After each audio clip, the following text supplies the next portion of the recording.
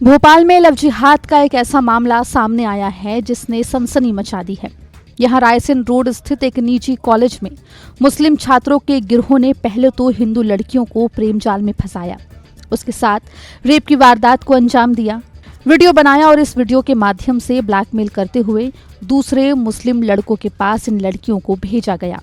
आरोप तो ये भी है कि इस गिरोह ने जिन लड़कियों को शिकार बनाया उनके माध्यम से उनकी सहेलियों को भी शिकार बनाया गया और फिर उनके साथ ही रेप जैसी संगीन वारदात को अंजाम दिया गया।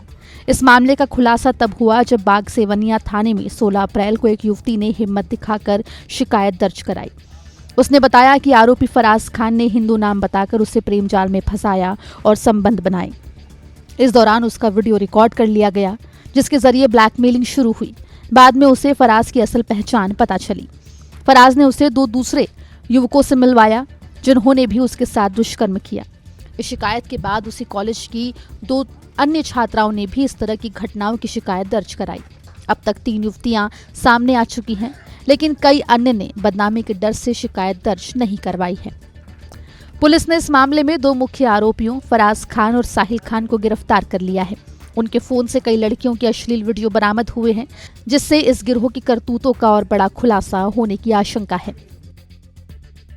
घटना में जितनी भी पीड़िताएं सामने आई हैं उनकी तरफ से अभी 3 थानों में एफआईआर दर्ज की गई हैं। एक थाना बाग सेवनिया है, अशोका गार्डन है और जहांगीराबाद है। और तीनों थानाओं में जो भी पीड़िता का कंटेंट है, जो उन्होंने बताया है किस प्रकार से घटना हुई, किस प्रकार से उनको टॉर्चर किया गया या ब्लैकमेल किया गया, वो संबंधित भारतीय न्याय संहिता की सेक्शंस लगे हुए हैं। और इसमें मैं बताना चाहूँगा कि धार्मिक स्वातंत्र अधिनियम की धाराएँ भी लगी हुई हैं, जो कि स्टेटमेंट के आधार पर लगी हैं, जो उन्होंने एविडेंस दिए हैं। और जो जहाँ तक ब्लैकमेल करने की बात है तो उसका आरोपियों का मोबाइल भी जब्त करके हमने साइबर फोरेंसिक को भेजा हुआ है।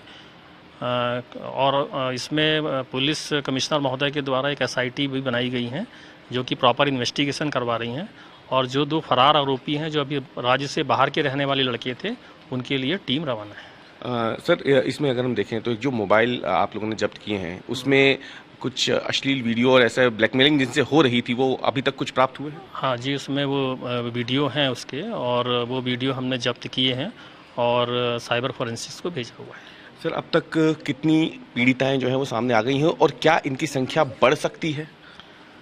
अभी तक हमारे पास 3 थानों में एफआईआर दर्ज हैं। 3 जो पीड़िताएं हैं ये सब एक ही कॉलेज में पढ़ते थे, उनके संबंध थे, उनके साथ जो भी हुआ वो बहुत सालों से चल रहा था।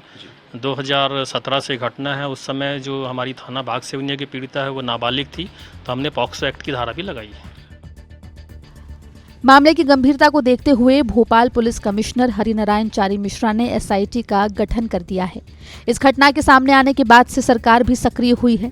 कैबिनेट मंत्री विश्वास सारंग ने भरोसा दिया है कि इस मामले में किसी भी दोषी को बख्शा नहीं जाएगा। मामला है और त्वरित कार्रवाई पुलिस ने की है। जो पहले दिन जिन 2 युवकों के नाम आए उन पर सख्त कार्रवाई हुई है। जो धाराएं लगनी है वो लगाई गई हैं। इवन धर्म स्वातंत्र अधिनियम जो है वो भी, उसका भी, वो धाराएं भी उसमें लगी हैं। सख्त कार्रवाई की गई है और की जाएगी।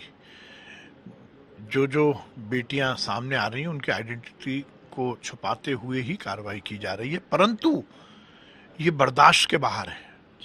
लव जिहाद जैसा कोई भी मामला मध्य प्रदेश में बर्दाश्त नहीं किया जाएगा। ऐसा सजा मिलेगी कि आगे कोई ऐसी ना हिम्मत कर पाएगा ना हिमाकत कर पाएगा, ये स्पष्ट है। और इसीलिए पुलिस त्वरित कार्रवाई कर रही है, सख्त कार्रवाई करेगी और ये मिसाल कायम होगी।